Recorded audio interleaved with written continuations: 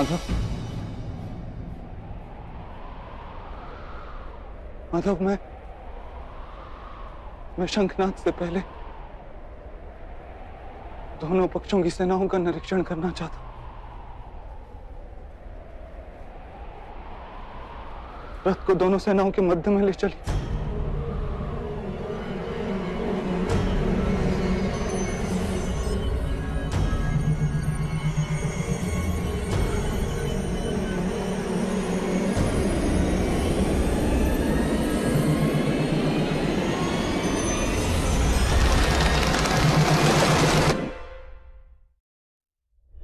यदा यदा हि धर्मस्य ग्लानिर्भवति भारत अभ्युत्थानमधर्मस्य तदात्मानं सृजाम्यहम् परित्राणाय साधूनां विनाशाय च दुष्कृताम्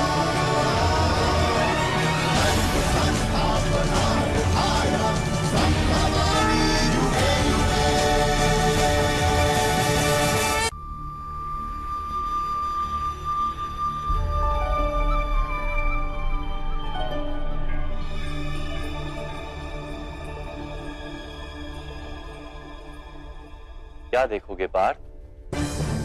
जिसे पंछी की आंख बींधते हुए वृक्ष की डाल तक नहीं दिखाई देती, वो आज इस समय समग्र रणभूमि को क्यों देखना चाहता है?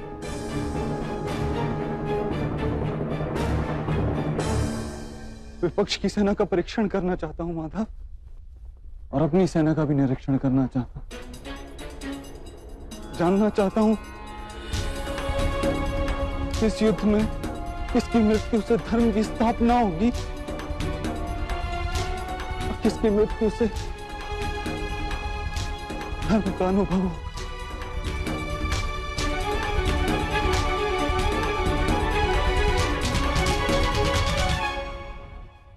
मैं ये जानना चाहता हूं इस महायुद्ध में मैं क्या प्राप्त करूंगा और क्या खो रहा हूं। इस युद्ध में बलिदान देने चले हो तुम पार्थ, तो खोने पाने का क्या विचार कर रहे हो व्यर्थ? दान उसे कहते हैं जिसमें दानी खोता है और याचक प्राप्त करता है, किंतु बलिदान वो होता है जिसे दानी देता है और सारा संसार प्राप्त करता है। परंतु माधव, मैं यहां अकेले दान देने के लिए नहीं खड़ा हूं। लाखों सैनिक अपने प्राणों की आहुति देने के लिए खड़े। मैं निश्चित करना चाहता हूं इस महायुद्ध में मैं केवल अधर्म का नाश कर रहा हूं या साथ ही साथ धर्म का भी नाश कर रहा हूं। और ये सब तुम करोगे पार्थ?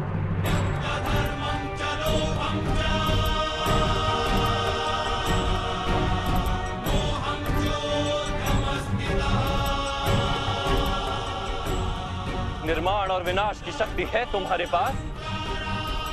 विनाश और निर्माण का कार्य तो स्वयं ईश्वर करते हैं पार्थ, तुम तो केवल एक साधन। तो क्यों इन सब बातों का उत्तरदायित्व वो अपने सर पर लेकर अहंकार बढ़ा रहे हो? मैंने तुमसे कहा था पार्थ, जो व्यक्ति ये जान लेता है कि वो स्वयं कुछ नहीं करता, उसी के हाथों कोई महत्व का कार्य हो पाता है। कदापि तुम भूल गए। इसलिए देख लो पार्थ, देख लो जो देखना चाहते हो, क्योंकि दान देने से पूर्व यदि दानी के हाथ कांपे तो उसे दान का पुण्य प्राप्त नहीं हो पाता।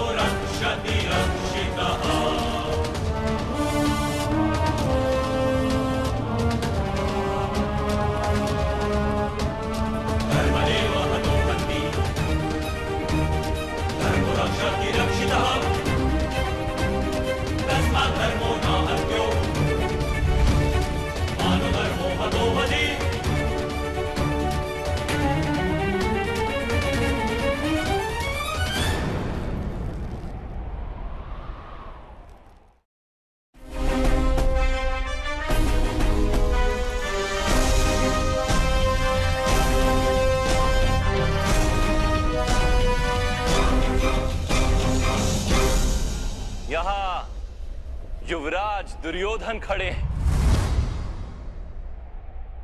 स्मरण करो पार्थ, पांचाली को दासी बनाकर द्यूत सभा में लाने का आदेश इन्होंने ही दिया था। दुशासन, ले आओ उस दासी द्रौपदी को इस सभा में। यदि वो घमंडी स्त्री मेरे आदेश को स्वीकार न करे तो उसे बालों से पकड़कर खींचकर यहां ले आना।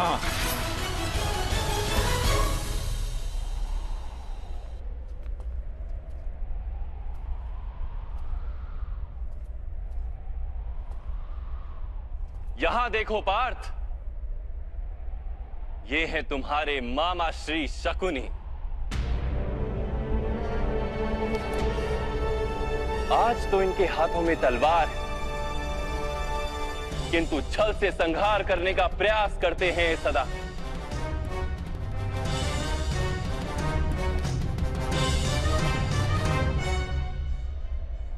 स्मरण करो कैसे इन्होंने तुम 5 भाइयों और तुम्हारी माता को वारणावर्त में भस्म करने का प्रपंच रचा था।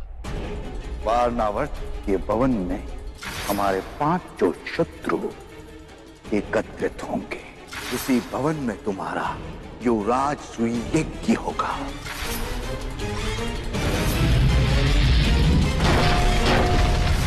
अब इधर देखो पार्थ, दुशासन, इन्हीं हाथों ने पांचाली के केश खींचने की उद्दंडता की थी।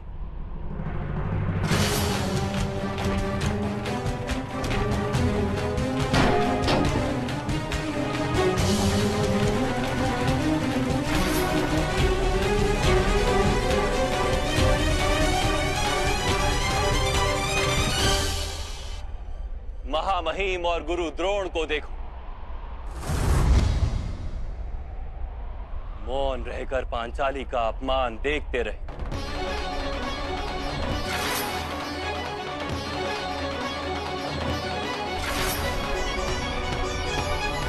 उधर अश्वत्थामा को देखो और स्मरण करो किस प्रकार के अपशब्दों का प्रयोग किया था उसने। 5 व्यक्तियों के साथ संबंध रखने वाली इस स्त्री को बहन कहते हुए मुझे लज्जा आती है।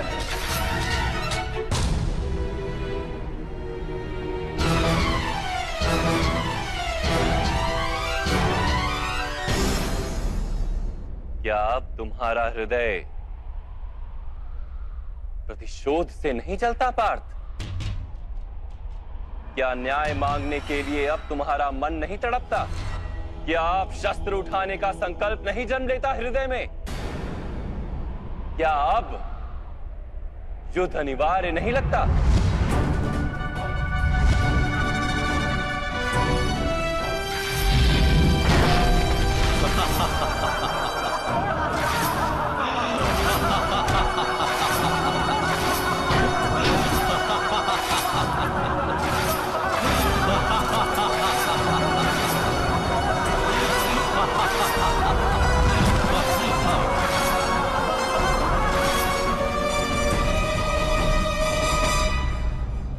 हाँ माधव, ये युद्ध अनिवार्य है।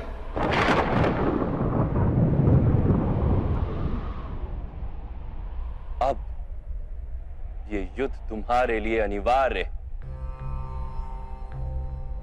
तो महामहिम को एक बार पुनः देखो पार्थ और स्मरण करो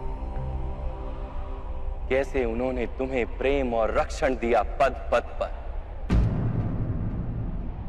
स्वयं बलिदान देकर तुम्हें और तुम्हारे परिवार को अधिकार दिलाने का प्रयत्न किया। जब तक तुम राजा बनकर हस्तिनापुर के सिंहासन पर बैठे हो, मैं प्रतिपल जीऊंगा तुम्हारा रक्षण करने के लिए। किंतु आज पांडु पुत्रों को भी सुख का एक अवसर दे दो पुत्र।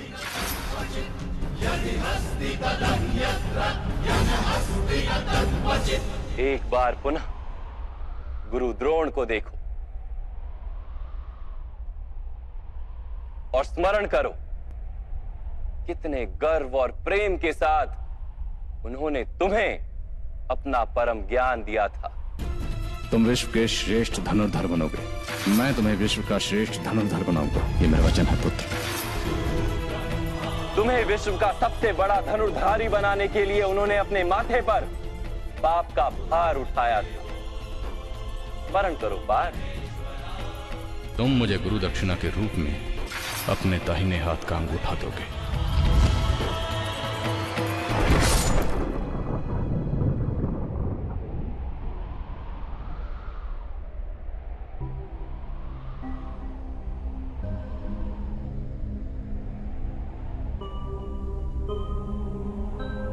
और उधर विकर्ण को भी देखो,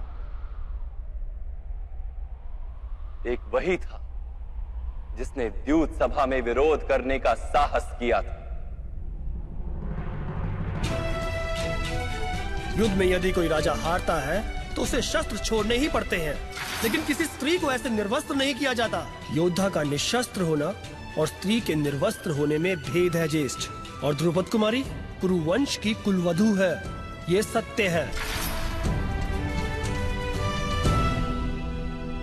क्या ये सब वध करने योग्य है पार्थ?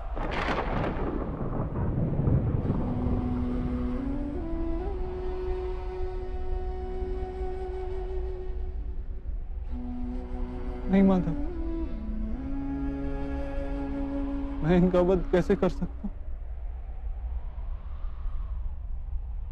अवश्य, किंतु अपने पक्ष को भी देख लो पार्थ।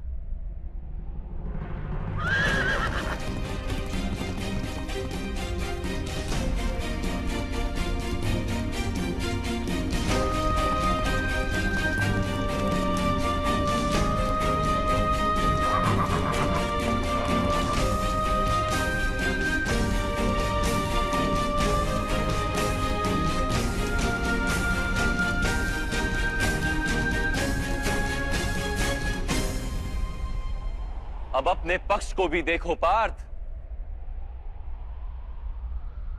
तुम्हारे ज्येष्ठ भ्राता युधिष्ठिर, भ्राता भीम, तुम्हारे अनुजों को देखो, तुम्हारी संतानें, तुम्हारे भतीजों को देखो। इनमें से अनेक की मृत्यु हो जाएगी इस युद्ध में।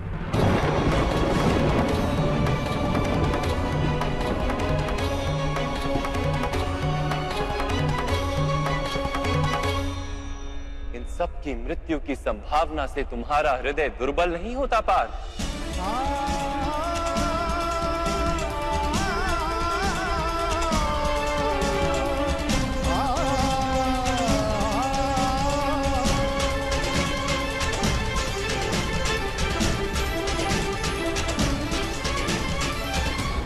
अब ये भी विचार करो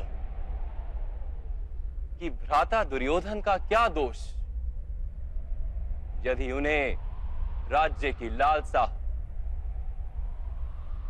उनकी माता पहले गर्भवती बनी थी, ये सत्य है। दुशासन ने यदि पांचाली के वस्त्र खींचकर अपराध किया था, यदि वो अपराध है तो तुमने भी तो अपने ज्येष्ठ भ्राता का आदेश मानकर अपनी पत्नी का अपमान होने दिया। क्या वो अपराध नहीं था? महामहिम ने अपने प्रण को अधिक महत्वपूर्ण माना और अपनी कुलवधू की लाज को कम महत्व का जाना। क्या वो अधर्म नहीं? और तुम्हारे ज्येष्ठ भ्राता युधिष्ठिर ने अपने माने हुए धर्म का वहन करने के लिए द्यूत सभा में भाग लिया। क्या वो अधर्म नहीं था?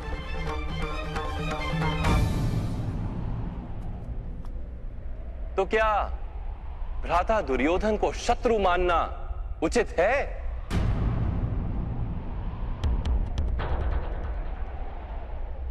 क्या तुम्हें अपने पक्ष में धर्म दिखाई देता है पार्थ?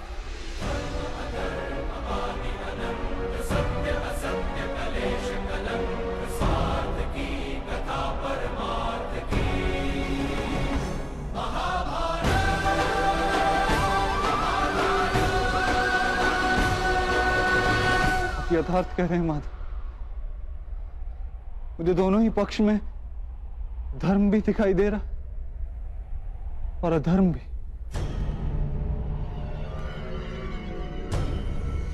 अर्थात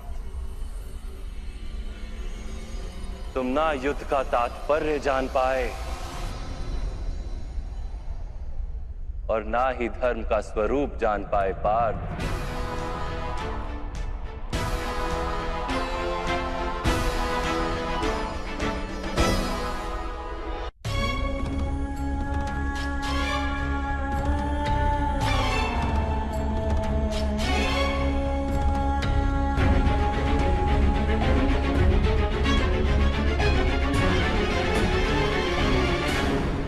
मेरी मति मंद हो गई है माधव।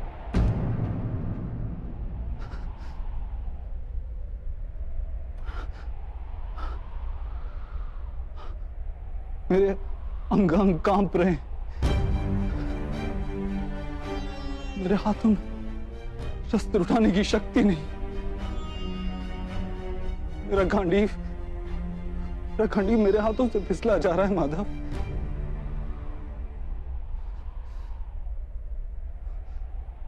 मुझे केवल भयानक विनाश दिखाई दे रहा है, केवल भयानक विनाश।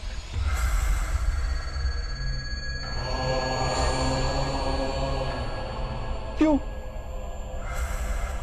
किस हेतु माधव? किस हेतु? अपमान की पीड़ा, अन्याय का विचार या प्रतिशोध का संकल्प, ऐसा कोई कारण नहीं है मेरे पास। कोई भी कारण नहीं है माधव कि मैं इतने बड़े विध्वंस का स्वीकार कर सकूं। नहीं माधव।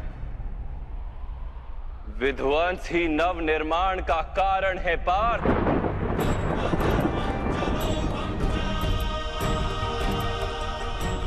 पौधे की एक डाली काटी जाए तो 2 डालियां जन्म लेती। तुम आज के विध्वंस से क्यों भयभीत होते? कल पुनः नवनिर्माण होगा, क्या ये सत्य नहीं जानते?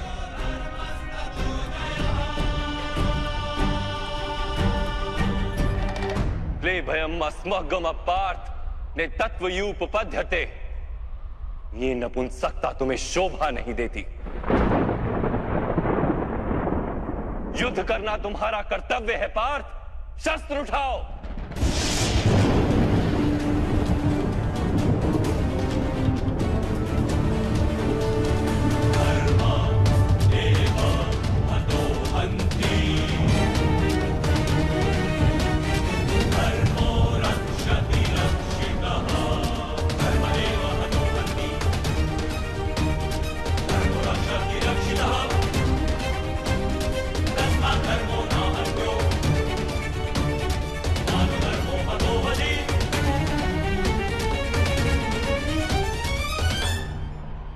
किस प्रकार शस्त्र उठाऊं माधव?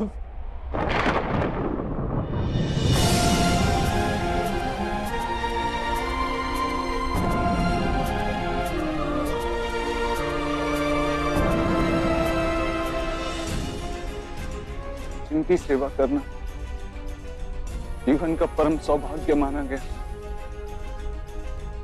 ऐसे पितामह गुरु द्रोण, मामा श्री और ज्येष्ठ भ्राता के सामने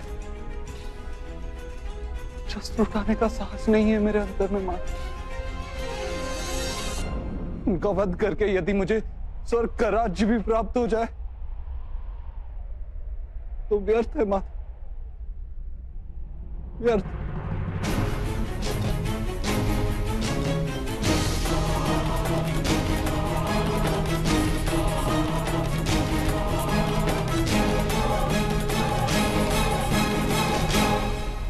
माता, मनुष्य जीता है अपने भविष्य को सोच के। मैं इन सैनिकों को भी देखता हूँ माता, इन लाखों सैनिकों को देखता हूँ।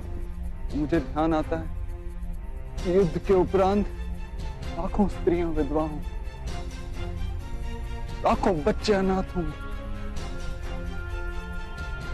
कल जब समाज के नियम टूटेंगे तो परंपरा का शिक्षण देने वाला कोई नहीं है। वेदों का ज्ञान लुप्त हो जाएगा माता। गुरुकुल नष्ट हो जाएगा, आर्यवर्त की सुरक्षा नष्ट हो जाएगी, सब नष्ट हो जाएगा माधव, सब नष्ट हो जाएगा।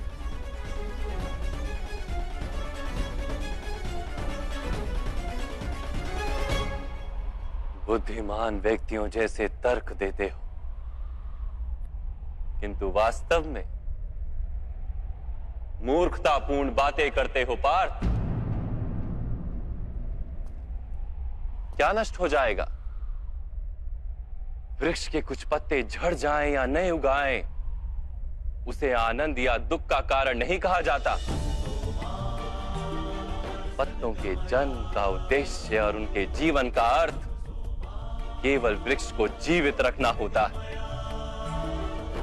वैसे मनुष्यों के जन्म और जीवन का कारण वास्तव में समाज का सुख है। समाज संसार के लिए और ये सारा संसार सृष्टि के लिए और ये सारी सृष्टि स्वयं परमात्मा के लिए है पार्थ। जो इस तथ्य को जान लेता है उसे धर्म का मार्ग सदा ही स्पष्ट दिखाई देता है। हाँ पार्थ, इस युद्ध में विध्वंस होगा, अवश्य होगा।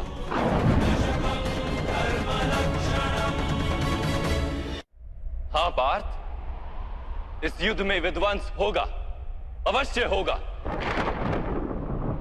किंतु ये भी जान लो कि नई परंपराओं का निर्माण भी होगा। पुरानी परंपराएं विष बन गई हैं। हजारों वर्ष पूर्व वेदों ने जिस धर्म की स्थापना की थी वो अब केवल शब्द बनकर रह गई। जो वर्ण व्यवस्था मनुष्य की बुद्धि पर आधारित थी वो आज मनुष्य के जन्म पर आधारित हो गई, शोषण का माध्यम बन गई है पार्थ।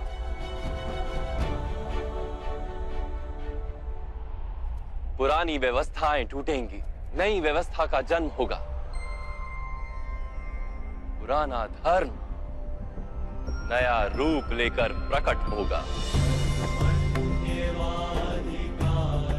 जिस प्रकार वर्षा ऋतु से पूर्व बादलों से छाया आकाश भी मैला दिखाई देता है और धूल से घिरी मिट्टी भी मैली दिखाई देती, वैसी ही स्थिति है आज। और वर्षा के पश्चात आकाश और पृथ्वी धुलकर स्वच्छ हो जाते हैं। वैसे इस युद्ध के पश्चात समाज और संसार धुलकर स्वच्छ हो जाएंगे पार्थ।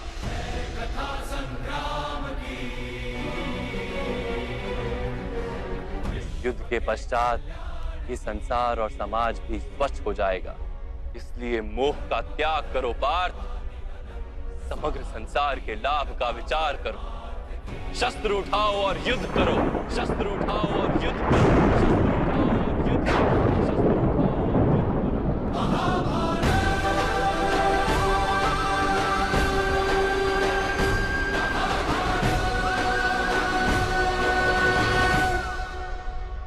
मैं आपकी बातें सुन पा रहा हूं माधव,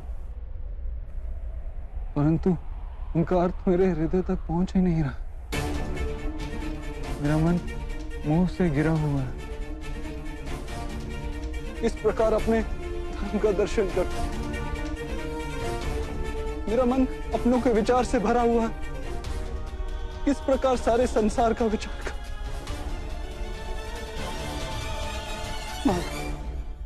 आपने कहा था कि आप मेरे रथ को उचित दिशा में ले चलेंगे।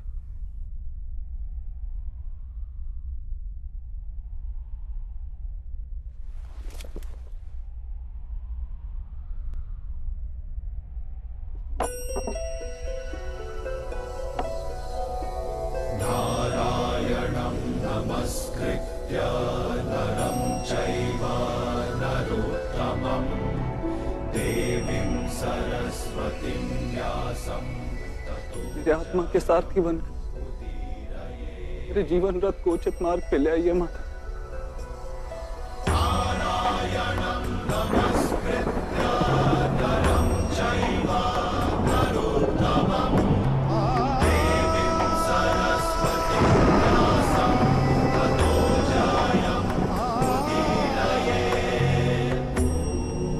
क्या जानने से मैं अपनी निर्बलता का त्याग कर पाऊंगा?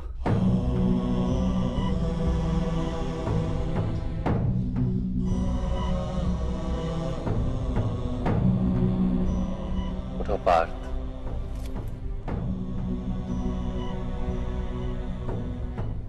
सुनो पार्थ, जीवन का रहस्य जान,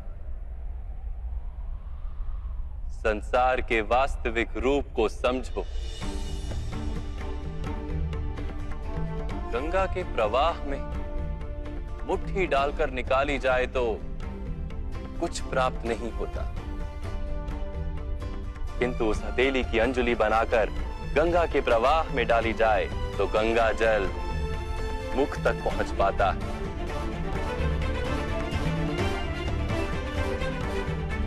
विचार करो पार्थ, अहंकार की मुट्ठी बांधी है या समर्पण की अंजुलि बनाई है तुमने? इस ज्ञान को ग्रहण कर पाओगे?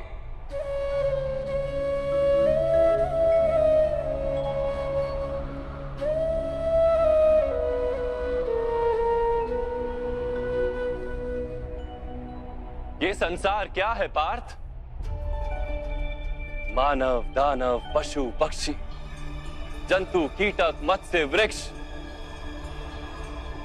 ये सब कैसे बनते हैं? किन पदार्थों से इनका जन्म होता है? कैसे चलते हैं, कैसे जीते हैं? मृत्यु कैसे होती है इनकी?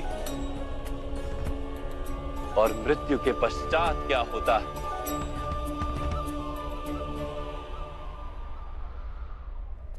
इस रहस्य का विचार करो। मनुष्य की देह मिट्टी से बनी है माता। जल उसमें रक्त आदि बनकर प्रवाह करता है। अग्नि देह को तापमान देती है और देह में रिक्त स्थानों में आकाश प्रकट होता है। अर्थात धरती, वायु, जल, अग्नि और आकाश, इन पंच महाभूतों से ही शरीर का निर्माण हो। अर्थात महामहिम गुरु द्रोण पृथ्वी, जल, वायु, अग्नि और आकाश से अधिक कुछ भी नहीं। धर्म ज्ञानी भी पंच महाभूत का जोड़ है और अधर्मी भी। तो मोह किसका कर रहे हो पार्थ? मिट्टी का? परंतु माधव, इस मिट्टी के देह से ही तो मनुष्य एक दूसरे का परिचय पाते हैं। सारे संबंध इस मिट्टी के देह से ही तो होते हैं। नहीं पार्थ, यदि ये सत्य होता तो मृत्यु के पश्चात देह को नष्ट क्यों किया जाता है? वास्तव में ना मनुष्य का परिचय उसकी देह से है और ना ही संबंधों का आधार उसकी देह से। मनुष्य का स्वभाव, उसके बर्ताव और उसके कार्य उसका परिचय। ये स्वभाव, बर्ताव और कार्य कैसे बनते हैं, इसे समझो पार्थ। मनुष्य जीवन केवल 20 दृश्य और अदृश्य पदार्थों का मेल है पार्थ, किंतु फिर भी प्रत्येक मनुष्य के स्वभाव तथा कार्य भिन्न भिन्न प्रतीत होते हैं। इसका कारण है सृष्टि के 3 गुण, तमस, रजस और सत्व। ये 3 गुण क्या है माधव? तमस का अर्थ होता है अंधकार। बिना अच्छे बुरे का विचार किए जीवन व्यतीत करने को तामसिक व्यवहार कहा जाता है। जैसे पशु पक्षी जीते हैं केवल अपनी शारीरिक इच्छाओं को पूर्ण करने के लिए। सत्व का अर्थ होता है ज्ञान का प्रकाश, जब व्यक्ति प्रत्येक परिस्थिति में धर्म का, सत्य का और परंपराओं का विचार करके व्यवहार करता है, तब उसे सात्विक जीवन कहा जाता है। इन दोनों के मध्य में ऐसा व्यक्ति होता है जिसके पास ज्ञान तो है, पर शरीर और मन की इच्छाओं के साथ बंधा हुआ भी है। ऐसा मनुष्य रजस अर्थात अहंकार पूर्ण मनस्थिति के साथ जीता है।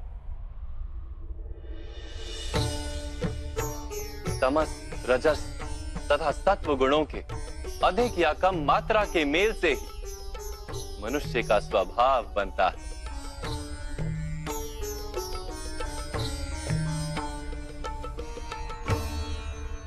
सामने देखो पार्थ, इन सब में तुम्हें कौन से गुण दिखाई देते हैं?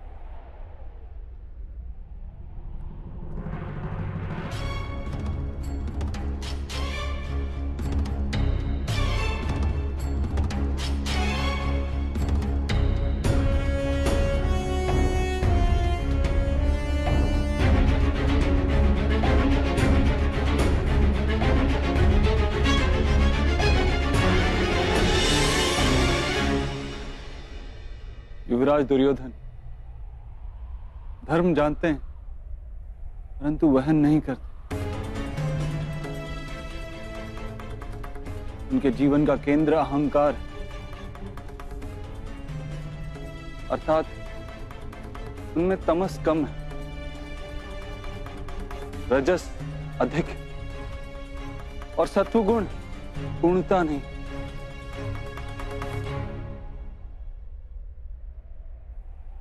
और इस ओर राजकुमार दुशासन,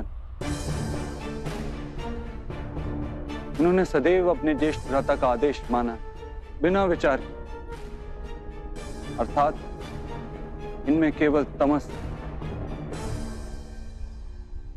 महामहिम को भी देखो पार्थ,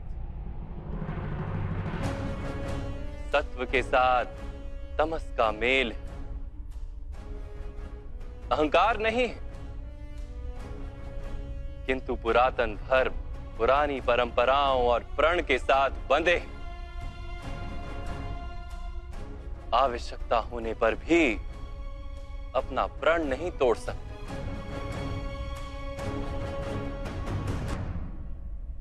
गुरु द्रोण को देखो, ज्ञान और अहंकार दोनों ही हैं। ज्ञान तो मनुष्य को मुक्ति दिलाता है, किंतु इनका अहंकार इन्हें मुक्त नहीं होने देता।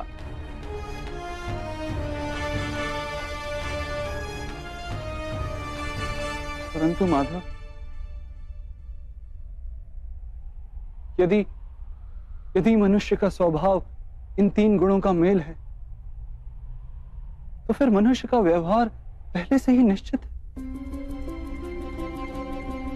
सिंह हिरण को खाएगा ही और हिरण सिंह से भयभीत ही होगा। तो फिर धर्म की प्रशंसा क्यों? अपराध का दंड क्यों? उसका क्या तात्पर्य है?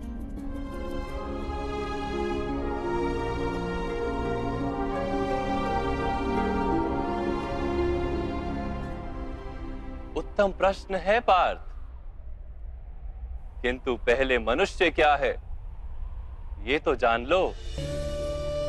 मनुष्य केवल 5 महाभूत नहीं, 5 पदार्थ नहीं, 5 ज्ञानेंद्रियां, 5 कर्मेंद्रियां तथा 3 गुण, ऐसी 23 वस्तुओं का मेल भी नहीं।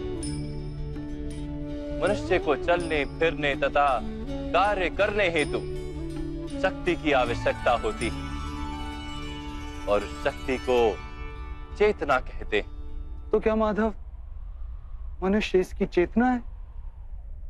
नहीं पार्थ, मनुष्य की चेतना के साथ उन 23 वस्तुओं के मेल का नाम प्रकृति है।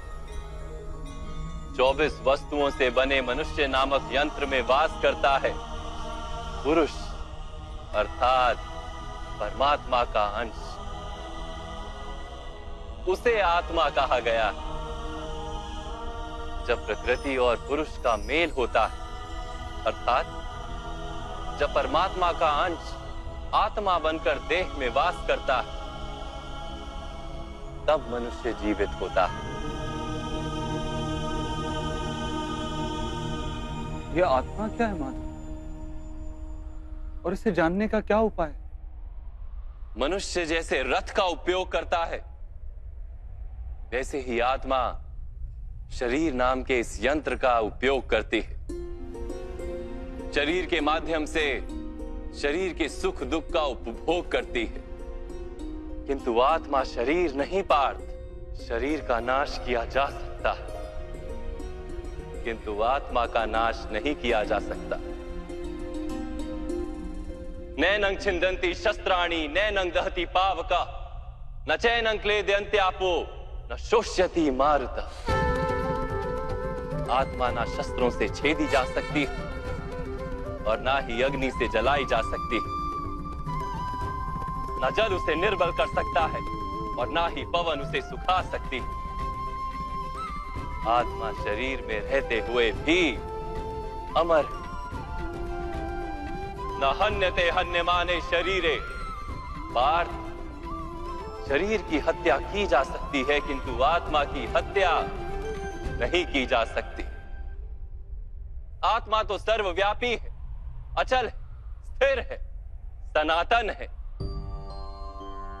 पुराना वस्त्र त्याग कर जैसे मनुष्य नया वस्त्र धारण करता है, वैसे ही आत्मा पुराना शरीर छोड़कर बार बार नया शरीर धारण करती है। परंतु माधव, मैं तो जगत का अनुभव अपने शरीर के माध्यम से ही करता हूं। स्वयं को देह न जानकर मैं आत्मा कैसे जान सकता हूं? स्वयं को आत्मा के रूप में जानना असंभव भी नहीं पार्थ। अंध भी जीते हैं, गूंगे भी जीते हैं, जिनके पास हाथ पैर नहीं होते वो भी जीते हैं। स्पष्ट कि शरीर मनुष्य नहीं, जिसकी चेतना चली जाती है, जिसे मूर्छा आ जाती है, वो भी जीवित रहता है। इसलिए स्पष्ट है कि मनुष्य का चेतन तत्व वो भी शरीर नहीं। इसी प्रकार जो व्यक्ति अपने भीतर खोज करता है, मैं इंद्रियां नहीं, शरीर नहीं, भावनाएं नहीं, विचार नहीं, ज्ञान भी मैं नहीं, जो ये समझता जाता है, वो अंत में स्वयं को आत्मा के रूप में जान ही लेता है।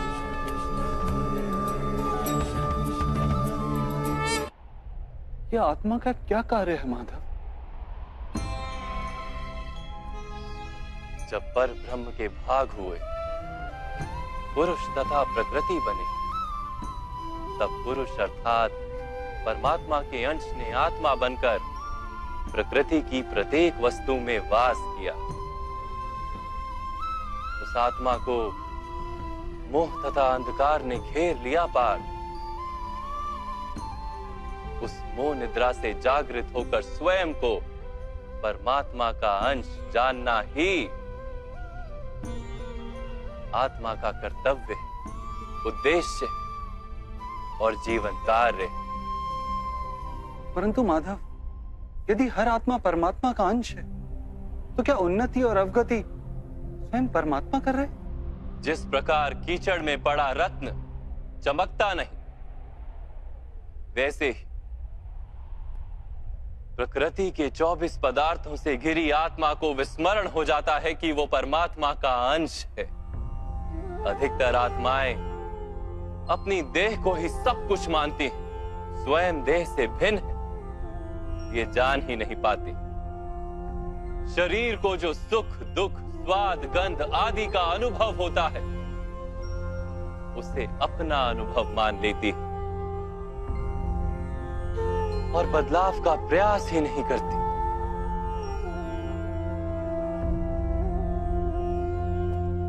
जो आत्माएं बदलाव का प्रयत्न नहीं करती, निरंतर अधर्म करती रहती हैं, उन्हें जागृत करने के लिए दंड देना अनिवार्य है।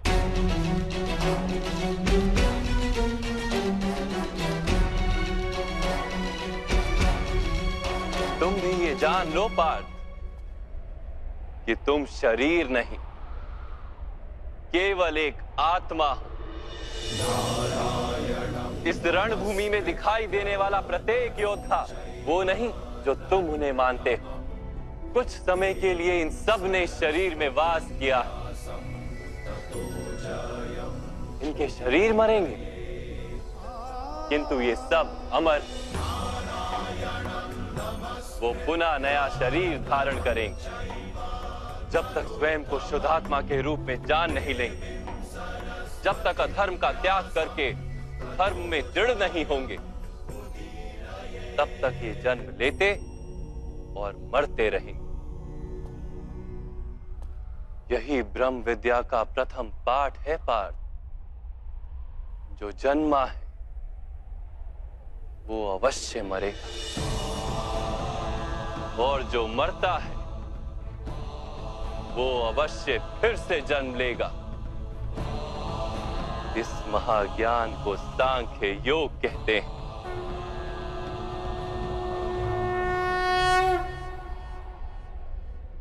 धर्म और अधर्म क्या है माधव? जिस मार्ग पर चलकर मनुष्य स्वयं को आत्मा के रूप में देखता है, परमात्मा के अंश के रूप में स्वयं को जानता है, उस मार्ग को धर्म कहते हैं।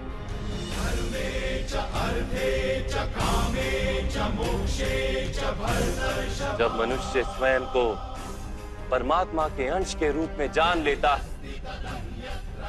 तब उसे ये अनुभूति होती है कि ये सृष्टि ही परमात्मा है और ये परमात्मा ही सृष्टि है। सृष्टि और परमात्मा में कोई भेद नहीं।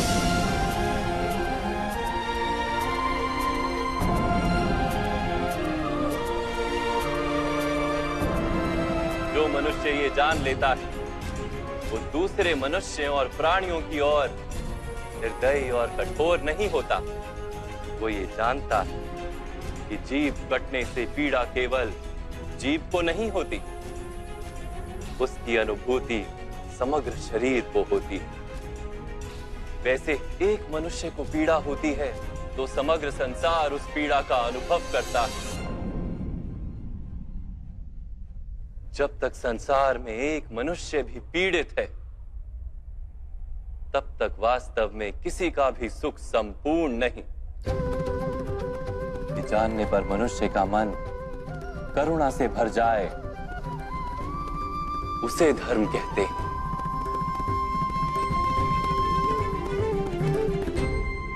जब किसी पर तमस गुण छाया होता है, तो वो दूसरों के प्रति कठोर, निर्दयी और स्वार्थी हो जाता है। अपने माने हुए सुख के लिए दूसरों को दुख देता है।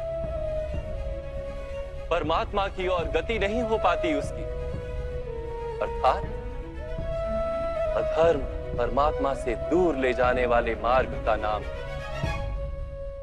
अर्थात अधर्म तो अज्ञान का दूसरा नाम। तो फिर अज्ञानी के प्रति तो दया होनी आवश्यक है ना। दंड का क्या तात्पर्य है?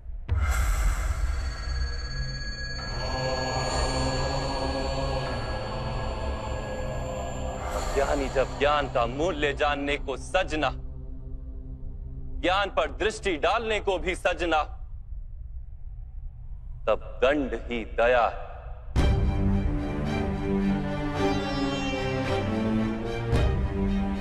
उसके प्रति भी और दूसरों के प्रति भी।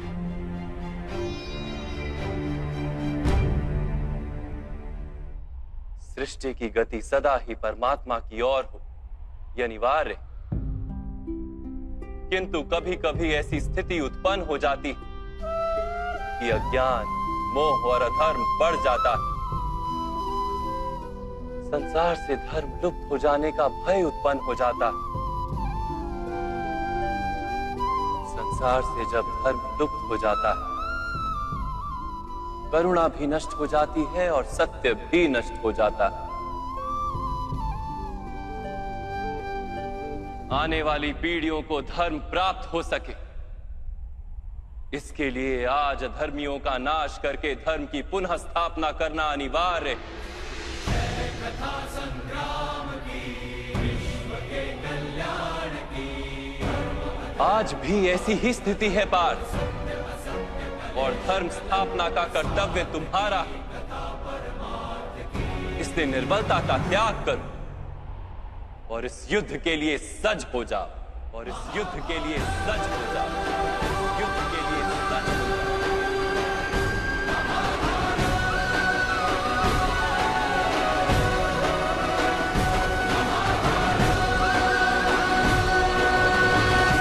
परंतु मेरे हाथों हत्याएं होंगी माधव,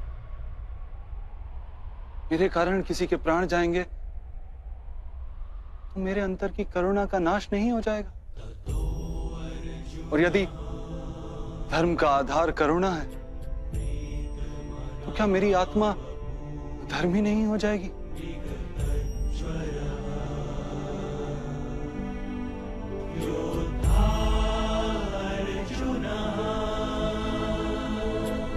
कर्म का बंधन अवश्य निर्मित होता है,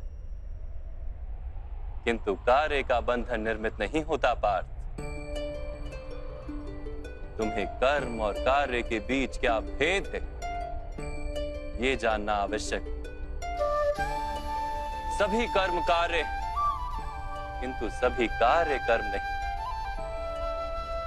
कर्म उस कार्य को कहते हैं जिसके साथ फल की आशा जुड़ी है। मनुष्य जब भी सुख की, संपत्ति, प्रशंसा की आशा रखकर कोई कार्य करता है तो वो उस कार्य के फल से बंध जाता है। जब किसी कर्म को फल की आशा से किया जाए तो उसे सकाम कर्म योग कहते हैं, और जब किसी कर्म को बिना किसी फल की आशा से किया जाए तो उसे निष्काम कर्म योग कहते हैं। इसी कारण से उसे बार बार जन्म लेना पड़ता है। वास्तव में मनुष्य को कोई कर्म नहीं बांधता, उस कर्म से जुड़ी आशाएं उसे बांधती हैं। वो कैसे माधव? यदि इस युद्ध में तुम्हें विजय होने की आशा है तो पराजित होने पर तुम्हें भीषण दुख होगा, और वो दुख तुमसे कोई अन्य कार्य करवाएगा जिसके लिए तुम्हें दूसरा जन्म लेना पड़ेगा। और यदि तुम विजयी हुए तो तुम्हारा अहंकार बढ़ेगा, और वो अहंकार तुम्हें विश्व विजय के लिए प्रेरित करेगा, तुमसे हत्याएं करवाएगा, और उसका पाप तुम्हें बांधेगा। विचार करो, यदि तुम्हें इस युद्ध में ना विजय का मोह और ना पराजय का भय, तो इस युद्ध के अंत में तुम्हें सुख प्राप्त होगा या दुख प्राप्त होगा? ना सुख माधव, ना ही दुख। अर्थात तुम्हारा सुख, दुख, हताशा, निराशा, अहंकार युद्ध के कारण नहीं है। युद्ध के साथ तुमने जो आशाएं बांधी हुई हैं, उसके कारण है। क्या ये सत्य नहीं है पार्थ?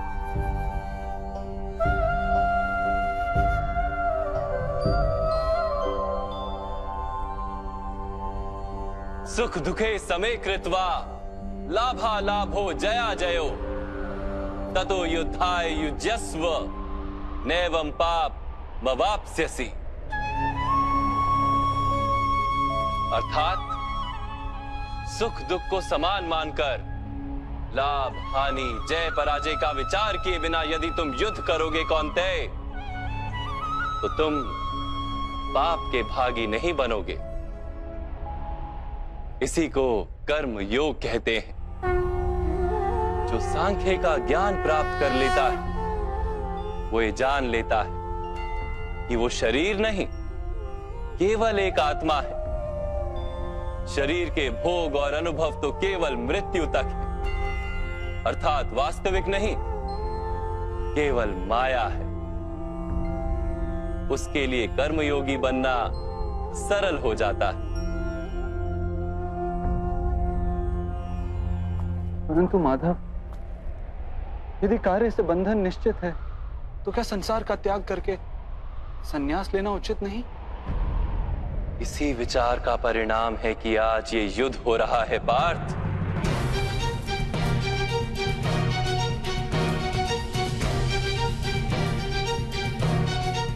विचार करो, जब सत्व गुण से भरे धर्म को जानने वाले लोग कर्मों का त्याग करते हैं, तब अधर्म से भरे लोग ही संसार को चलाते हैं।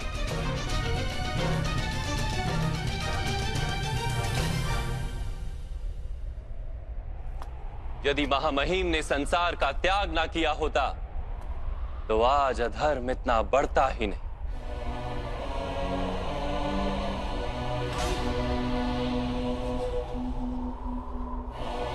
और तुम्हारे पिता ने यदि संन्यास ना लिया होता तो आज भ्राता युधिष्ठिर सुख से राज कर रहे होते।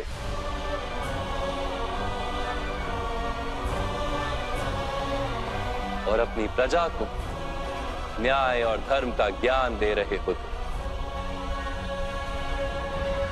किंतु दुखदायक बात तो यह है पार्थ कि सत्वगुण से भरे मनुष्य ही संसार को लाभ दे सकते हैं, किंतु वो ही संन्यास का विचार करते हैं। जैसे जल तो भाप बनकर उड़ जाता है और कीचड़ कीचड़ वहीं पड़ा रहता है, वैसे सत्वगुणी सज्जन लोग तो संसार का त्याग कर देते और तमस से भरे अधर्मी लोग संसार में कार्य करते हैं। इसी कारण से संसार में पाप और अधर्म बढ़ता है।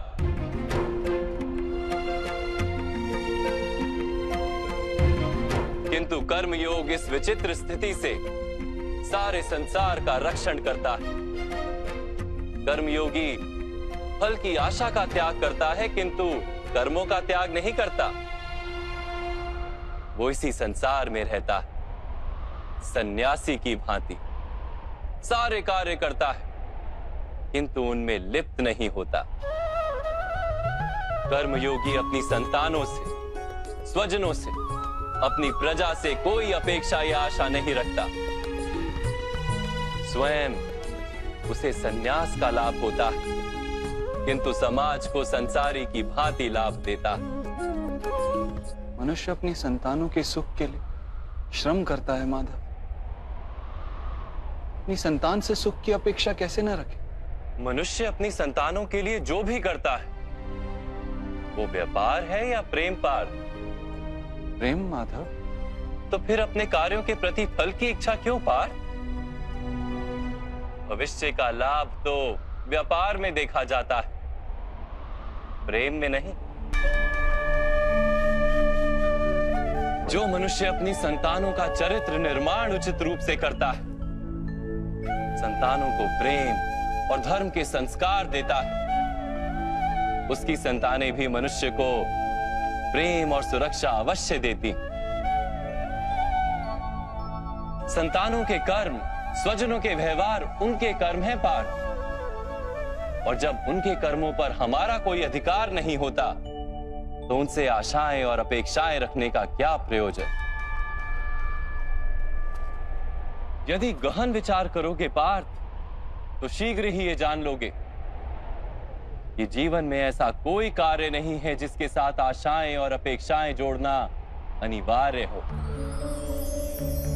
जब सृष्टि ही परमात्मा है और मनुष्य स्वयं परमात्मा का अंश है तो सारे कार्य परमात्मा ही करते हैं, मनुष्य स्वयं कुछ नहीं करता। यही कर्मयोग का मूल सिद्धांत है पार्थ।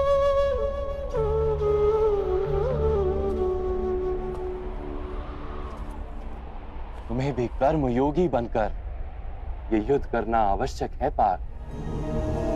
त्रिगुणिया विश्या वेदा निस्त्रिगुण्यो भवार्जुना निर्द्वंद्वो नित्यस्तत्वस्थो निर्योग क्षेम आत्मवान। तीन गुणों का त्याग करके निर्गुण बन जाओ पार्थ। इस द्वंद्व से मुक्त हो जाओ। सदा सत्व अर्थात परमात्मा में बुद्धि लगाकर कर्तव्य का वहन करते रहो। कुछ प्राप्त करने की इच्छा और कुछ प्राप्त किए हुए का रक्षण करने का विचार त्याग दो पार्थ, और अपनी आत्मा को स्वतंत्र कर।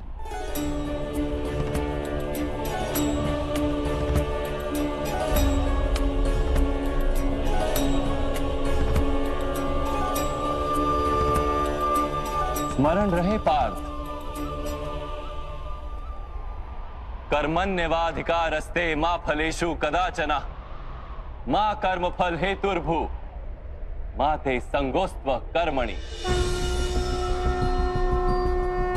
तुम्हारा अधिकार तो केवल कर्म करने का है, फल तो ईश्वर के हाथ में है। इसलिए ना कर्म से भागना उचित है और ना ही कर्म के फल की आशा रखना उचित है।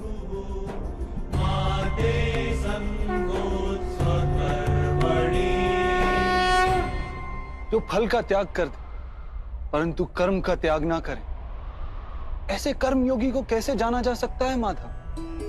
विश्या विनिवर्तन्ते निरहारस्य देहिनः रसवर्जम रसोप्यस्य परम दृष्ट्वा निवर्तते। सुनो पार्थ, जो स्वाद से छूटने के लिए भोजन का ही त्याग कर देता है, वास्तव में उसके मन से स्वाद की लालसा कभी जाती ही नहीं। उसे दोहरी हानि होती है। एक तो वो निर्बल हो जाता है, जिसके कारण परमात्मा को प्राप्त करने का जो प्रयत्न अनिवार्य है उसे वो नहीं कर पाता, और दूसरा सदा ही उसका मन स्वाद की लालसा से भरा रहता है। इसलिए भोजन का त्याग करने से उत्तम है स्वाद की लालसा का ही त्याग कर दिया जाए।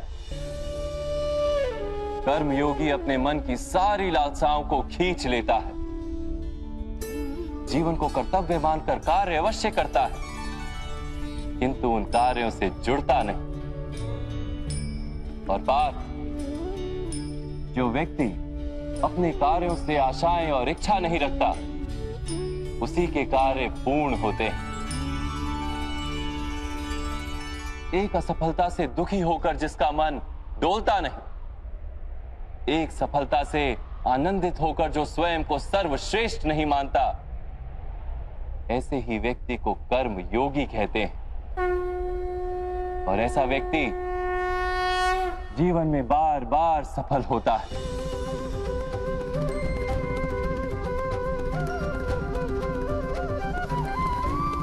ध्यायतो विषयान पुंसः संगस्तेषु पजायते संगात संजायते कामा कामात् क्रोधोऽभिजायते क्रोधात् भवति सम्मोहः सम्मोहात् स्मृति विभ्रमः स्मृति भ्रंशात् बुद्धिनाशो बुद्धिनाशात् प्रणश्यति।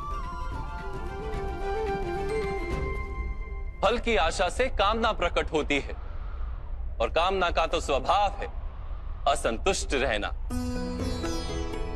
असंतोष से क्रोध उत्पन्न होता है, और क्रोध से मोह जन्मता है।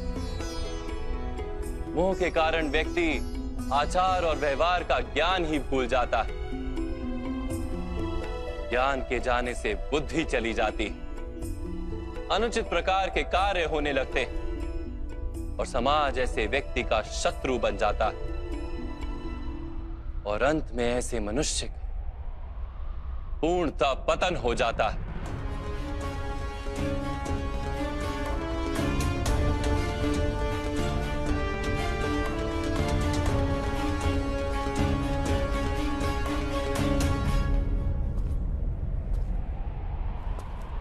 जैसे भ्राता दुर्योधन, उनके सेनापति महामहिम उनके ही शत्रु हैं, और तुम्हें विजय का आशीर्वाद दिया।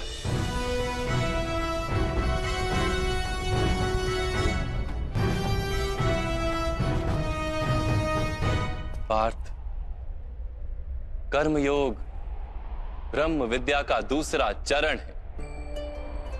परमात्मा में अपनी बुद्धि स्थिर करो, स्वयं को आत्मा जानो, मिथ्या बंधनों से मुक्त हो जाओ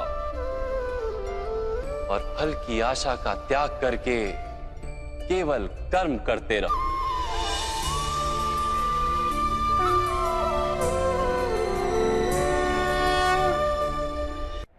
अपनी बुद्धि को परमात्मा में स्थिर करके कर्म योगी बनने का क्या मार्ग है माधव? पार्थ, सांख्य योग के कारण मनुष्य परमात्मा का निरंतर स्मरण करता रहता है। परमात्मा का स्मरण करने से मनुष्य के हृदय में समर्पण का भाव उत्पन्न होता है और उस भाव को भक्ति कहते हैं।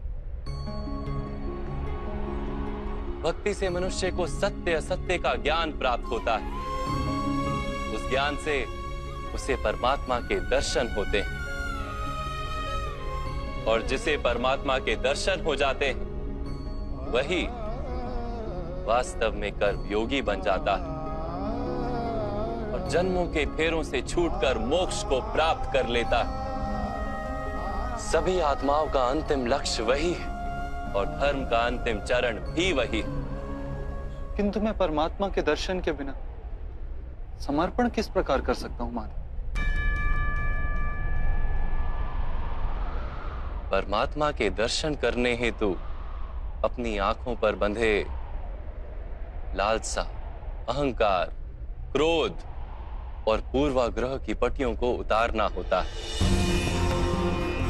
अंधेरे कक्ष में बैठा मनुष्य यदि कहे कि उसे सूर्य के दर्शन करने, तो उससे क्या कहोगे? यही कहोगे ना कि कक्ष से बाहर आ जाए और आकाश के नीचे खड़ा हो जाए। सूर्य तो सदैव उपस्थित है। वैसे ही पार्थ, ये सृष्टि ही परमात्मा है, परमात्मा ही सब कुछ है। परमात्मा के सिवा कुछ भी नहीं। जो अपनी आत्मा के दर्शन कर लेता है वो परमात्मा के दर्शन कर लेता है।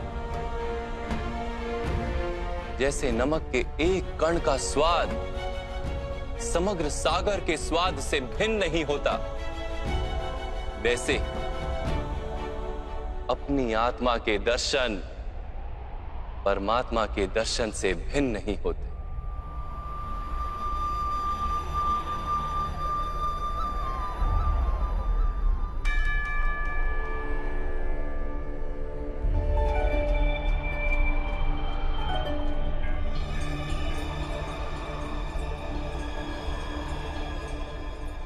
माधव, क्या आप भी परमात्मा हैं?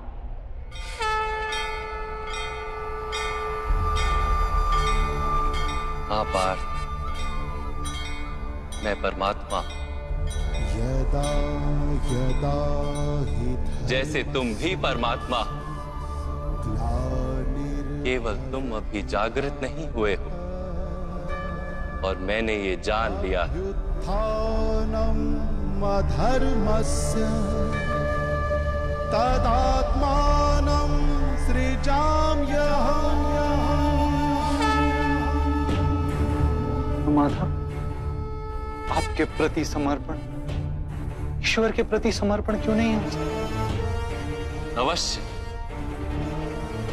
मेरे प्रति समर्पण ही परमात्मा के प्रति समर्पण। सर्वधर्मान् परित्यज्य मामेक शरणम व्रज। सारे जगत का त्याग करके मेरी शरण में आ जाओ पार्थ। यदा यदा हि धर्मस्य मैं ही संसार हूं, मैं संसार का प्रत्येक कण हूं। मैं ही सूर्य हूं और मैं ही चंद्र हूं। मैं ही नक्षत्र हूं और मैं ही सभी ग्रह हूं। मैं सूर्य से भी अधिक पुरातन हूं और किसी वृक्ष पर खिली कली से भी नया हूं। मैं ही सारे मनुष्य हूं। मैं ही स्वर्ग और नर्क को धारण करने वाली शक्ति हूं। मैं ही दुर्योधन हूं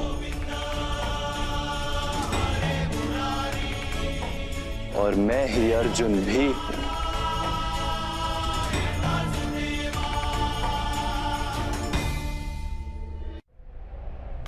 वो कैसे संभव है माधव?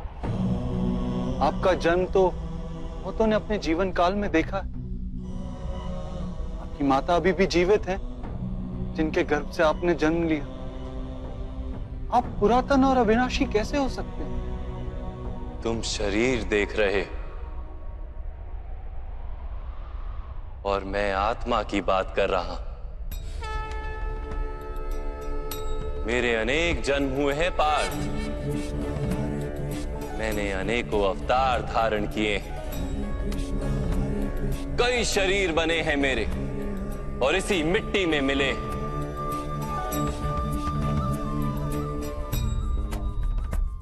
और आगे भी मैं बार बार जन्म लूंगा।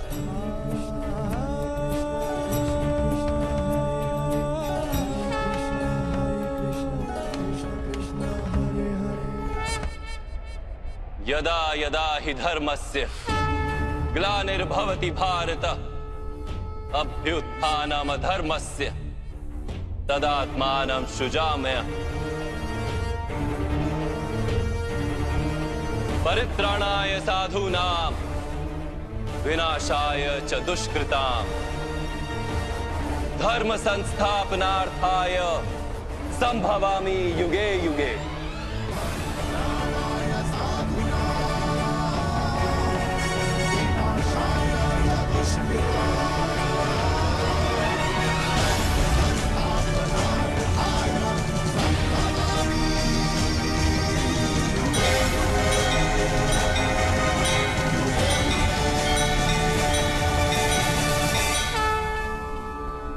जब जब धर्म को हानि होती है, जब जब अधर्म में वृद्धि होती है, तब तब सत्पुरुषों के उद्धार के लिए, अधर्मियों के विनाश के लिए और धर्म की पुनः स्थापना के लिए मैं ही जन्म लेता हूं। ये प्रत्येक युग में होता आया है और आगे भी ऐसा ही होगा। मैं ही अविनाशी परमात्मा हूं। मैं ही मत्स्य भी था और मैं ही वामन अवतार भी। मैं ही परशुराम हूं और मैं ही रामचंद्र भी था। मैं ही ब्रह्मा विष्णु और महेश हूं और मैं ही सरस्वती काली और लक्ष्मी भी।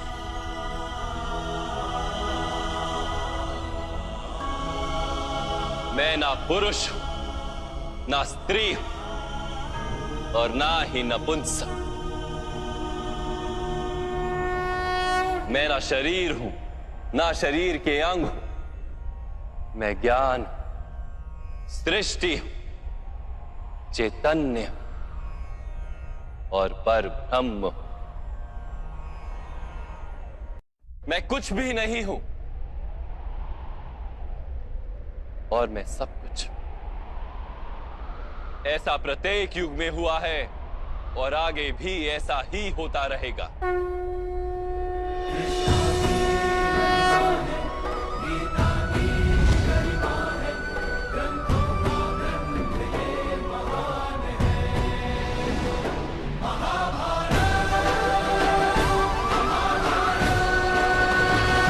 जब तुम आत्मज्ञान प्राप्त करोगे पार्थ, स्वयं को मुझसे जुड़ा ही पाओगे। तब तुम भी मेरी ही भांति स्वयं को परमात्मा के रूप में देखोगे। किंतु उस पद को प्राप्त करने हेतु मेरे प्रति संपूर्ण समर्पण अनिवार्य है। समर्पण क्या है माता? समर्पण मन की ऐसी स्थिति का नाम जब मनुष्य अपने सारे संकल्पों का त्याग कर देता है, स्वयं से किसी प्रकार के निर्णय अथवा प्रण भी नहीं लेता। जिस प्रकार के कार्य उसे दिए जाते हैं उसी प्रकार के कार्य करता है। वास्तव में समर्पण का अर्थ होता है अपने आप अपने मन को, बुद्धि को, ज्ञान को, इच्छा को, आशा को, अपनी भावनाओं को, अपना सब कुछ किसी को अर्पण कर देना। और ऐसे समर्पण को भक्ति कहते हैं।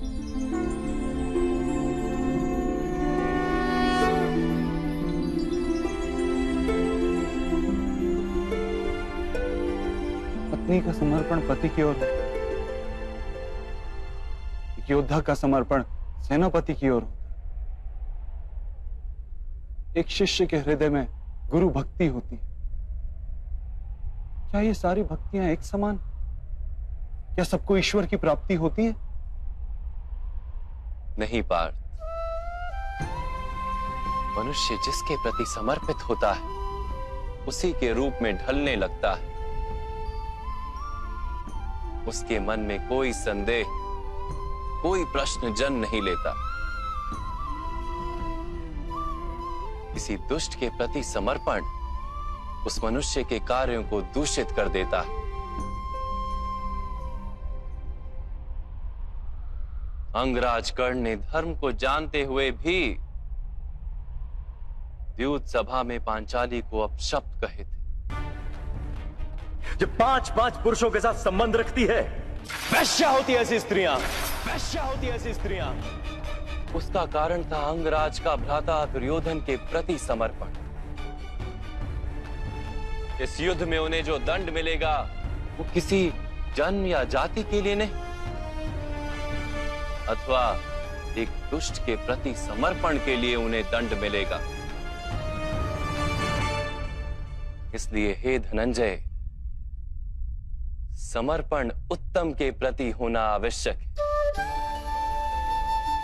उसी से मनुष्य उत्तम बनता है। लोहे की माला से अपराधी बांधा जाता है, पीतल की माला से मंदिर के दीपक को बांधा जाता है,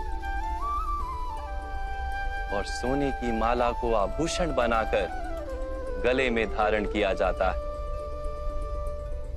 पति भक्ति, स्वामी भक्ति, मित्र भक्ति, ऐसी अनेक भक्तियां होती हैं पार्थ, किंतु सबसे श्रेष्ठ भक्ति तो परमात्मा की भक्ति होती है।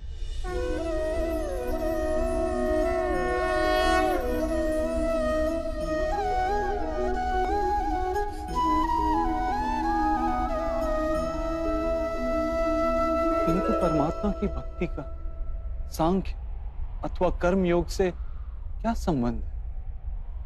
सांख्य योग के कारण मनुष्य स्वयं को आत्मा के रूप में जानता है। कर्म योग से वो जीवन के बंधनों से छूट जाता है, और भक्ति के कारण मनुष्य को परमात्मा के वास्तविक रूप का ज्ञान होता है। परमात्मा के ज्ञान से मनुष्य जन्म मरण के फेरों से छूटकर सच्चिदानंद स्वरूप को प्राप्त कर लेता है। परमात्मा में समाकर स्वयं परमात्मा हो जाता है। जैसे जल की छोटी सी बूंद जब सागर में मिलती है तो स्वयं सागर बन जाती है। अर्थात इस शरीर का कोई महत्व ही नहीं है माधव।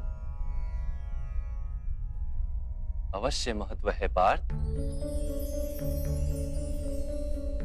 शरीर के माध्यम से ही मनुष्य को परमात्मा का साक्षात्कार होता है। मृत्यु और नए जन्म के बीच के समय में आत्मा के ज्ञान में वृद्धि नहीं हो पाती। इस जन्म में प्राप्त अनुभव, ज्ञान, विचार और अभ्यास को लेकर आत्मा नया शरीर धारण करती है। आत्मा की प्रगति और अधोगति शरीर में रहकर ही संभव है।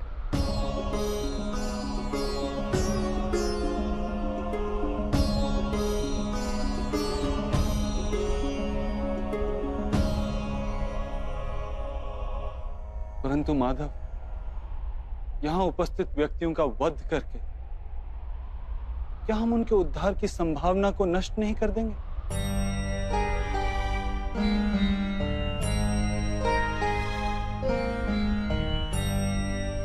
तुम्हारे शत्रु धर्म की मर्यादा को तोड़ चुके हैं पार्थ। अधर्म ही उनका स्वभाव बन गया है। उनका उद्धार अब असंभव है।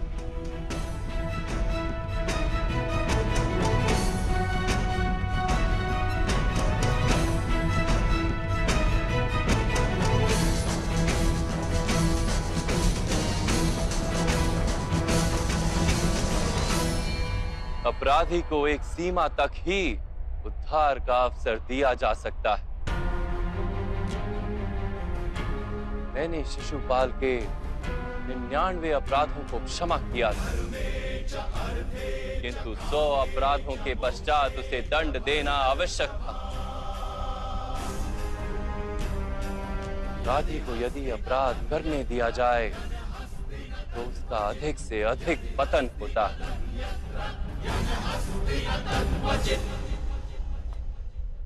उसे अधर्म से रोकने में ही करुणा है धनंजय। ये आत्माएं मरेंगी नहीं। अधर्म से दूषित शरीर का त्याग करके नया शरीर धारण करेंगी और उस शरीर में उनकी प्रगति की संभावना अधिक होगी। इस विचार से यदि तुम युद्ध करोगे तो वो उचित है। मनुष्य का शरीर उसकी संपत्ति भी है और मर्यादा भी। धर्म के मार्ग पर प्रवास करने वाला मनुष्य अपने शरीर को शुद्ध करता है और उसके माध्यम से आत्मा का साक्षात्कार करता है। इसी को क्षेत्र क्षेत्रज्ञ संबंध कहा गया है। मैं इसका तात्पर्य नहीं जान पाया माधव। जब मनुष्य ये जान लेता है कि उसका शरीर एक भूमि का टुकड़ा है अर्थात क्षेत्र है और वो उस शरीर में रहने वाला, उस शरीर को समझने वाला अर्थात क्षेत्रज्ञ है, तब वो शरीर के माध्यम से अपनी प्रगति साध पाता है। आत्मा शरीर में रहकर 3 गुणों का समतोलन करती है। तमस को घटाकर सत्व को बढ़ाने का उपाय करती है और ईश्वर की भक्ति करके परमात्मा के साथ एक हो जाती है। भक्ति कैसे की जाती है माधव? क्या समर्पण ही भक्ति नहीं? नहीं पार्थ, समर्पण तो भक्ति का प्रथम चरण है। वास्तव में भक्ति किसी कार्य का नाम नहीं, वो तो केवल मनस्थिति का नाम है। आवश्यक है कि मनुष्य जब तब यज्ञ याग यम नियम योग और स्वाध्याय के माध्यम से अपने अंतर को शुद्ध करे और परमात्मा के प्रति समर्पित रहे। मनुष्य अपने सारे कार्य, सभी कार्यों के फल, अपने जीवन का प्रत्येक श्वास परमात्मा को समर्पित करता रहे।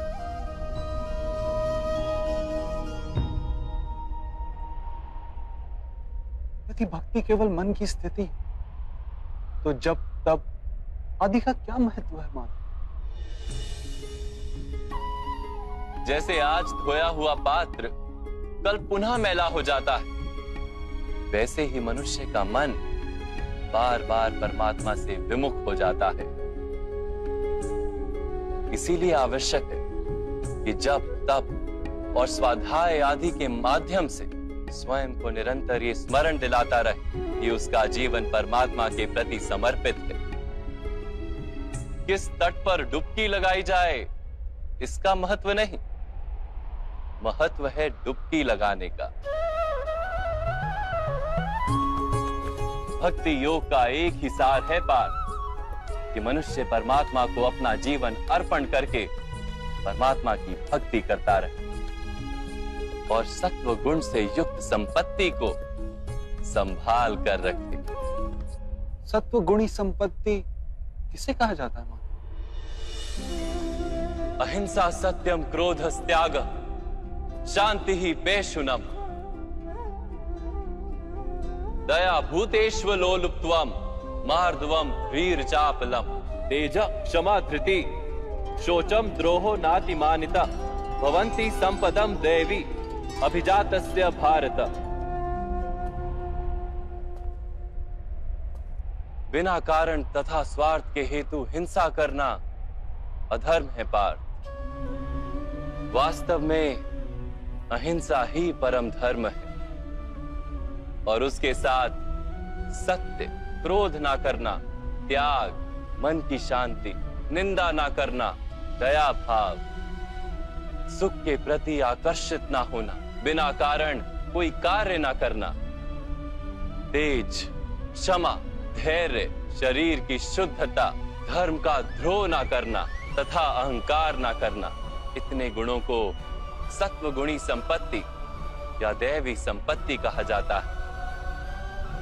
इसी से मनुष्य परमात्मा की अर्थात मेरी भक्ति कर पाता है, जीवन के कर्तव्यों का वहन करता है, धर्म की स्थापना करता है और कर्म के फल की आशा का त्याग करके जीता है।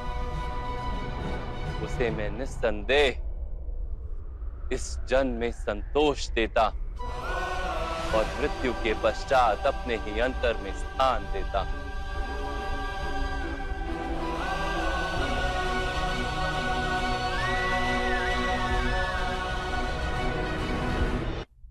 आपका रूप कैसा है माधव? सांख्य योग के माध्यम से मैंने ये जाना कि मैं एक आत्मा हूं, अमर हूं और इस नश्वर शरीर में केवल कुछ समय के लिए वास करता हूं। कर्मयोग के माध्यम से मैंने ये जाना कि जो फल की इच्छा का त्याग कर केवल कर्म करता है, उसे जीवन में शांति और सफलता प्राप्त। भक्ति योग के माध्यम से मैंने आपके प्रति समर्पण का महत्व जाना।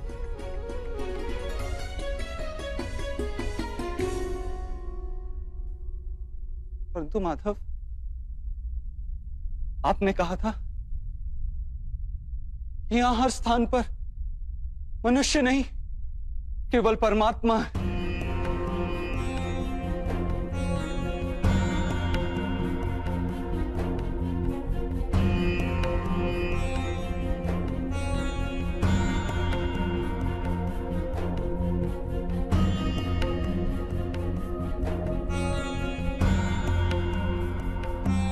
किंतु अब भी मुझे यहां केवल मनुष्य दिखाई दे रहे, केवल मनुष्य माधव।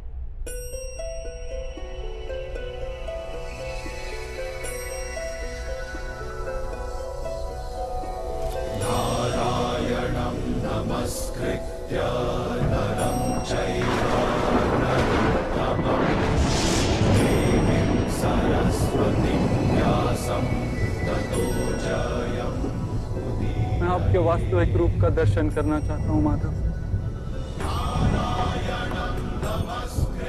आपकी शक्ति, आपका ज्ञान, तेज और ऐश्वर्य से युक्त परमात्मा स्वरूप को प्रत्यक्ष देखना चाहता हूं माधव। मुझे अपने अविनाशी स्वरूप का दर्शन दीजिए मां। मेरे सारे संदेहों को नष्ट कर दीजिए।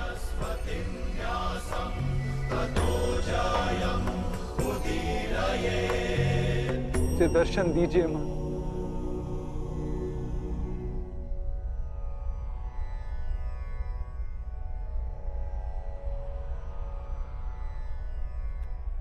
देखो पा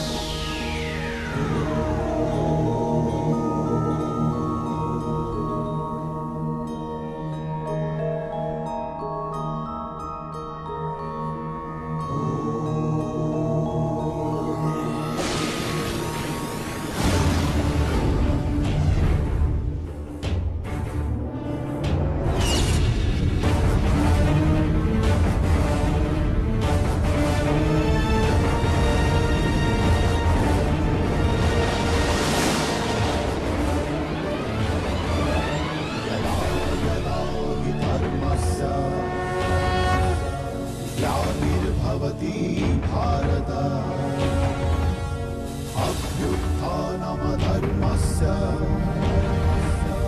तदात्मानं सृजाम्यहम्।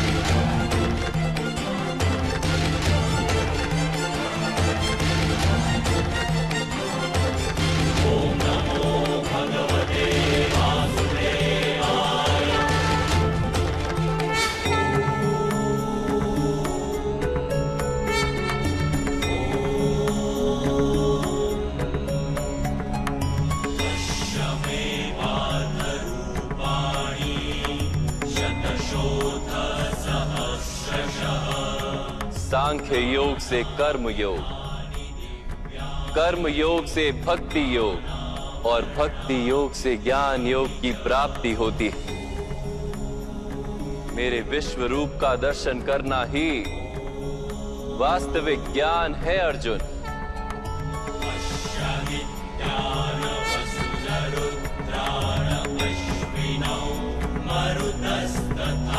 यही एक ज्ञान जो विश्व में सारे ज्ञानों तथा विज्ञानों का आधार है। यही ज्ञान मुक्ति प्रदान करता है। देवताओं को भी जो दर्शन सरलता से प्राप्त नहीं होते, ऐसा वास्तविक रूप में तुम्हें दिखा रहा हूं अर्जुन।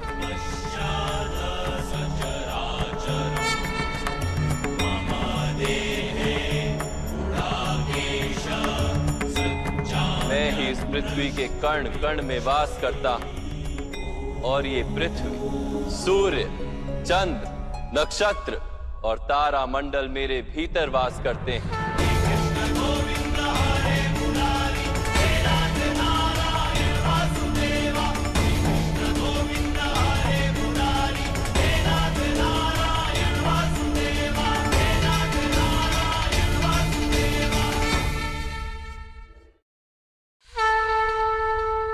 मैं ही सत्य हूं, मैं ही संपूर्ण हूं, मैं ही जीव और मैं ही शिव। अक्षरों में आकार, वेदों में सामदेव, देवों में इंद्र, प्राणियों में चेतना, यक्षों में कुबेर, रुद्रों में शंकर, वसुओं में अग्नि, पर्वतों में सुमेरु और ऋषियों में भृगु, वनियों में ओमकार, यज्ञों में जाप और वृक्षों में पवित्र पीपल, बुद्धि में स्मृति, मेधा, धृति और क्षमा मैं ही हूं।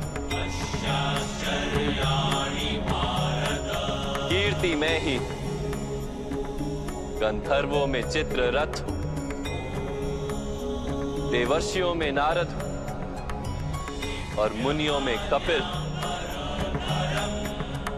अश्वों में उच्च श्रवा, हाथियों में ऐरावत और पशुओं में सिंह, पक्षियों में गरुड़, मनुष्य में राजा और शस्त्रों में वज्र, गायों में कामधेनु, सर्पों में वासुकी, शेषनाग, यमराज, वरुण देव और वायु भी मैं ही। भगवान राम, पवित्र गंगा, सृष्टि में आदि मध्य तथा अंत भी मैं ही। ब्रह्म विद्या, महाकाल और ब्रह्मा, प्रभाव, विजय, सत्व, निश्चय, दंड, शक्ति, नीति, मौन तथा तत्व ज्ञान भी मैं।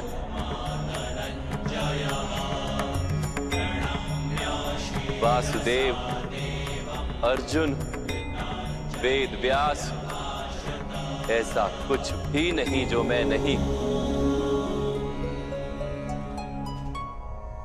ऐसा कोई स्थल नहीं जहां मैं नहीं हूं।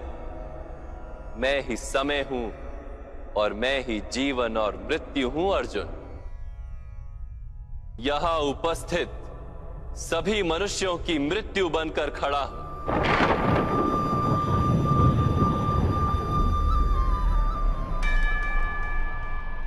तुम यदि शस्त्र नहीं उठाओगे तब भी मैं इन सब का वध कर दूंगा। इसलिए मोह का त्याग करो और अपने कर्तव्य को देखो। धर्म का भार उठाओ, गांडीव उठाकर शरसंधान करो।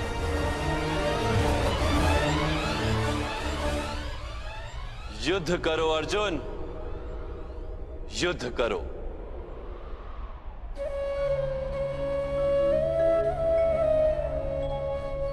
हे माधव, हे मधुसूदन, आज मेरे सारे संदेहों का नाश हो गया। कृपया अपने मनुष्य रूप में आ जाइए। मैं आपके प्रत्येक आदेश का पालन करूंगा। करिष्य वचनम तवा।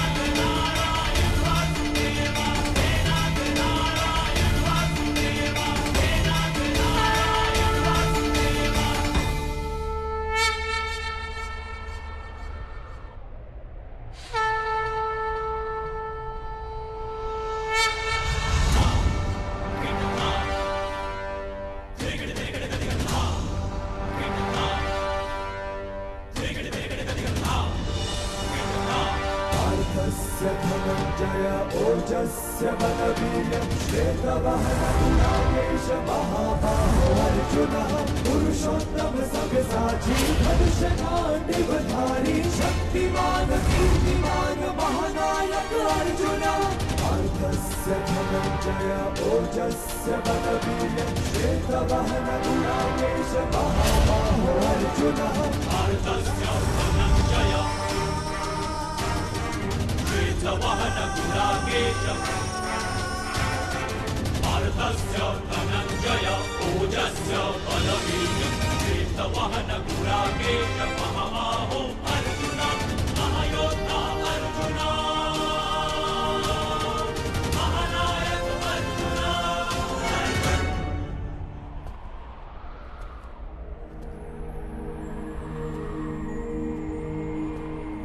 व्यर्थ चिंता है जीवन की, व्यर्थ है मृत्यु का भय। आत्म को ना मार पाते शस्त्र अग्नि असमय।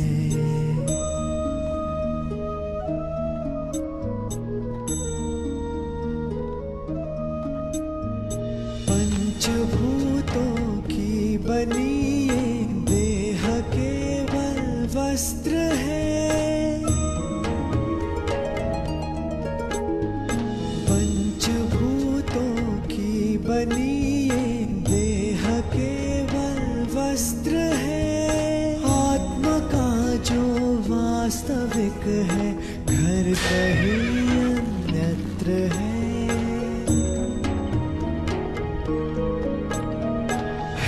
परिवर्तन ही सत्य, झूठ सबका साथ है।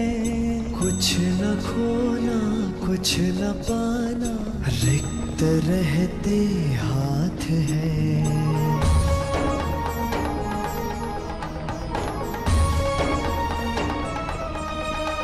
ईश्वर स्वयं है सृष्टि सारी, कहाँ उसको खोजना। जो भी होता शुभ ही होता, सब उसी की योजना। कामनाएं फल की छूटे, वो ही सच्चा कर्म है। ईश्वर चरण में हो समर्पण, वो ही केवल धर्म है। व्यर्थ चिंता है जीवन की, व्यर्थ है मृत्यु का भय। आत्म को ना मार पाते शस्त्र अग्नि असमय।